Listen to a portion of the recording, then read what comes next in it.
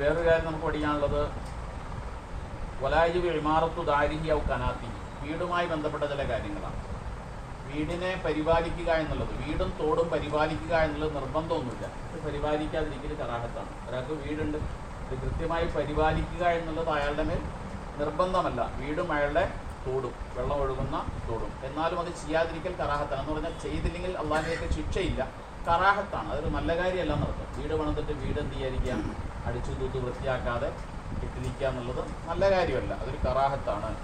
തോട്, വെള്ളമൊഴുകുന്ന തോടുകൾ വൃത്തികേടാക്കൽ ഹറാമാണ്. വൃത്തികേടായി കിടക്കുന്ന തോട് വൃത്തിയാക്കുക എന്നുള്ളത് ഓരോരുത്തർക്കും നിർബന്ധമില്ല. പക്ഷെ അത് കണ്ടാൽ ചെയ്യാതിരിക്കൽ കറാഹത്താണ്.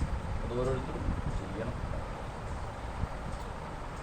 ഇനി അതേപോലെ തന്നെ കൃഷിക്ക് വെള്ളം നനയ്ക്കാതിരിക്കൽ കറാഹത്താണ്. ഒരാൾക്ക് കൃഷി ഉണ്ടെങ്കിൽ അത് വെള്ളം നനയ്ക്കാതിരിക്കൽ കറാഹത്താണ്. മരത്തിന് വെള്ളം ഒഴിക്കാതിരിക്കൽ കറാഹത്താണ്. ഹറാമില്ല എന്നർത്ഥം, കറാഹത്താണ്. കൃഷി ചെയ്തോൻ അതിന് വെള്ളം ഒഴിക്കണം.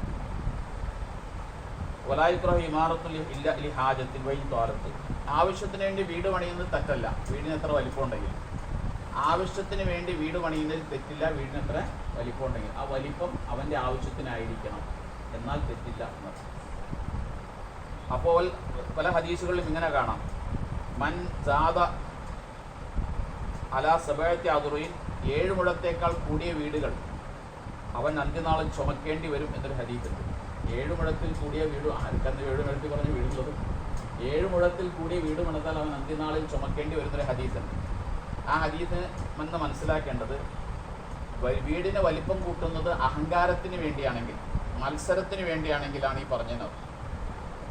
ആവശ്യമുള്ള വീട് എത്രയും വലിപ്പത്തിന് പണിയാം. ആവശ്യമില്ലാതെ വീട് അഹങ്കാരത്തിനും മത്സരത്തിനും, വീട് പണിയുന്ന ആദ്യം അങ്ങനെയാണല്ലോ, അയൽവാസിയുടെ വീടിനേക്കാൾ എൻ്റെ വീട് വലിപ്പം കൂടണം, അത്രേ ആഗ്രഹമുള്ളൂ. വേറെ ആവശ്യമൊന്നുമില്ല. വീട്ടിൽ എത്ര പേരുണ്ട്?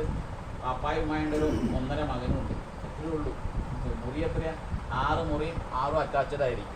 അപ്പോൾ ആവശ്യത്തിലധികം വീട് പണിയുക എന്നുള്ളത് അത് തെറ്റാണ്. അത് പടച്ചവൻ്റെ അടുക്കൽ കുറ്റകരമാണ്. വീടെന്ന് പറഞ്ഞാൽ അതിനകത്തുള്ള ആളുകളുടെ ആവശ്യത്തിനനുസരിച്ചാണ്. ഹദീസ് നേരത്തെ പറഞ്ഞിട്ടുണ്ട്, 3 മുറിയാണ്. ഒരു മുറി അതിഥി, ഫിറാഷുല്ല റജലി, ഫിറാഷുല്ല ദൗജത്തിഹി, ഫിറാഷുല്ല ദൈഫി. ഒന്ന് അവൻ്റെ ഭാര്യയ്ക്ക്, മറ്റൊന്ന് അതിഥിക്ക്, നാലാമത്തത് ശൈത്താൻ.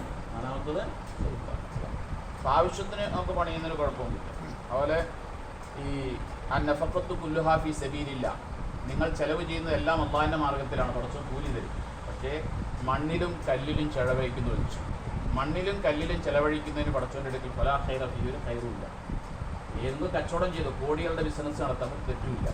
പക്ഷേ ഈ വീട് പണിയാൻ വേണ്ടി ഉപയോഗപ്പെടുത്തുന്ന ലക്ഷങ്ങളും കോടികളും ഫലാ ഖൈറ ഫീഹി, അതിനകത്തൊരു ഖൈറുമില്ല എന്നാണ്. ഇദാലം യുബാരിക്കില്ലാഹു ഫീ മാലിഹി ജഅലഹുല്ലാഹു ഫിൽ മാഇ വത്തീൻ, ഒരാളുടെ സമ്പത്തിൽ അള്ളാഹു ബർക്കത്ത് ചെയ്തിട്ടില്ലെങ്കിൽ പിന്നെ അവൻ അതിനെ വെള്ളത്തിലും മണ്ണിലും ഉപയോഗിക്കുന്നു. വീട് പണിയാൻ ഉപയോഗിക്കും. വീട് പണിയാൻ അമിതമായി പണിയുന്ന വീടുകൾ ബർക്കത്തില്ലാത്ത കാശാണ് എന്നാണ് പറഞ്ഞത്. നേരത്തെ ഞാൻ പറഞ്ഞു ആവശ്യമുണ്ടെങ്കിൽ പണിയാമെന്നും പറഞ്ഞിട്ടുണ്ട്. ഓരോരുത്തരുടെ ആവശ്യം അവനവനൊക്കെയാണ് മനസ്സിലാവില്ല. ഇത്തഖുൽ ഹറാമ ഫിൽ ബുനിയാൻ, വീട് പണിയുമ്പോൾ ഹറാം അതിൽ ചേരാതെ സൂക്ഷിക്കണം. ലോൺ എടുത്ത് പണിയരുത്. ഇന്നഹു അസാസുൽ ഹറാബ്, ഹറാമ് കൊണ്ട് വീട് പണിതാൽ നാശത്തിൻ്റെ തുടക്കമായിരിക്കും. അടിത്തറയാണ്. നിങ്ങളിട്ട അടിത്തറ നിങ്ങളുടെ നാശത്തിൻ്റെ അടിത്തറയാണ്. കുഴി തോണ്ടുന്ന അർത്ഥം. അവിടെ ഒരിക്കലും ലോൺ എടുത്ത് ഹറാമായ പൈസയുടെ വീട് പണിയരുത് എന്നത്. വിശ്വാസങ്ങൾ ഒരാളുടെ വീട് കണ്ടിട്ട് പറഞ്ഞു, ഇതെന്തൊരു വീടാന്ന് ചോദിച്ചു. ഇഷ്ടപ്പെട്ടില്ല. തല തിരിച്ചു. പിന്നെ തിരിച്ചു വരുമ്പോൾ ആ മനുഷ്യൻ ആ വീട് പൊളിച്ചോ, ശരിയല്ലേ, വീടിൻ്റെ വലിപ്പം കുറച്ചോ. അപ്പോൾ അതൊന്നും റസൂൽ ഇഷ്ടപ്പെട്ട കാര്യമല്ല. ഇതാണ് വീട് പണിയുമായി ബന്ധപ്പെട്ട് പറയാനുള്ളത്. പോരെ ഇൻഷാ അല്ലാഹ്.